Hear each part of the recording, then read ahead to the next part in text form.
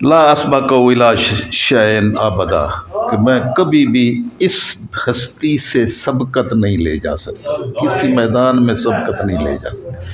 اسی ہستی کو اللہ نے اتقا فرمایا، اتقا سب سے بڑا متقی شخص۔ تو قرآن مقدس میں مالک الملک نے، میں نے آپ کو بتایا، کئی آیات مبارکہ ان کی عظمت، ان کی مناقب، ان کے فضائل کو بیان کرنے میں نازل ہوئیں۔ اور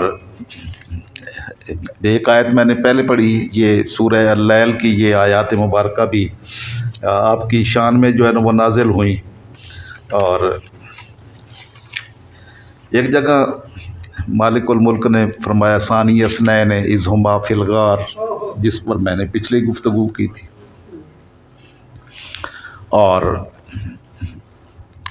اس میں مالک الملک نے سورہ اللیل میں فرمایا الذی یؤتی مالہ یتزکیٰ، وہ جو اپنے دل کو پاک کرنے کے لیے اپنا مال خرچ کرتا ہے۔